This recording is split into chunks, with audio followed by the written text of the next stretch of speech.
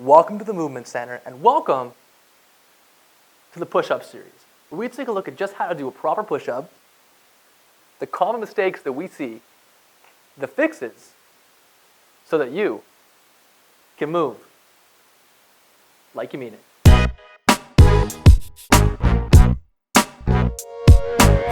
What's up, guys? Welcome to episode 5 of the push-up series, where we are talking about elbow flare.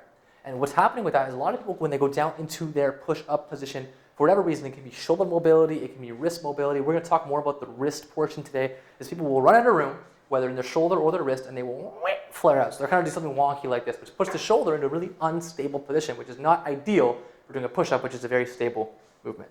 So we're going to have Christina show us that. So she's going to lay it on the ground here for us, push-up, and she's going to do a bad one for us. She comes down into her push-up here. She comes down. You can see those flare. A lot of people do this where they're grinding their shoulders, and that's probably not too comfortable for Christina.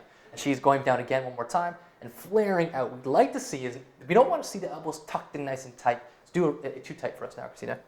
That's not going to be good either. You're going to kind of grind and close down the shoulder joint. We like to see, for most people, about a 45-degree angle coming out. Changes a little bit depending on that person's specific anatomy and where their shoulder blade sits on the rib cage. But if a rough idea would be about 45 degrees.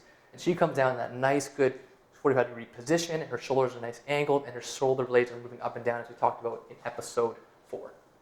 All right, so the fix for that we're going to look at, or the test is does your wrist have enough range of motion? Because if you come down and your wrist runs out of room, so you're not able to extend as you go down into your push position, is you will find somewhere for your elbow and forearm to go, which is often out to the side, because you're a little softer in your wrist at that point in time, so you can kind of grind out to the side. So our test for this is going to be, Christina's going to use, this is our imaginary wall here. We're going to line up our hand that we're testing straight on the ground with the other hand loose fist beside it in front. Perfect, so about that distance. And holding that wrist down, we're going to see if she can get her elbow, or her shoulder to that wall without lifting up her wrist. So for example, if she had to lift up like this to get there, we got a problem, right? And you can relax there. Perfect. So let's say that was limited for Christina and she couldn't quite get there and her elbows were flaring.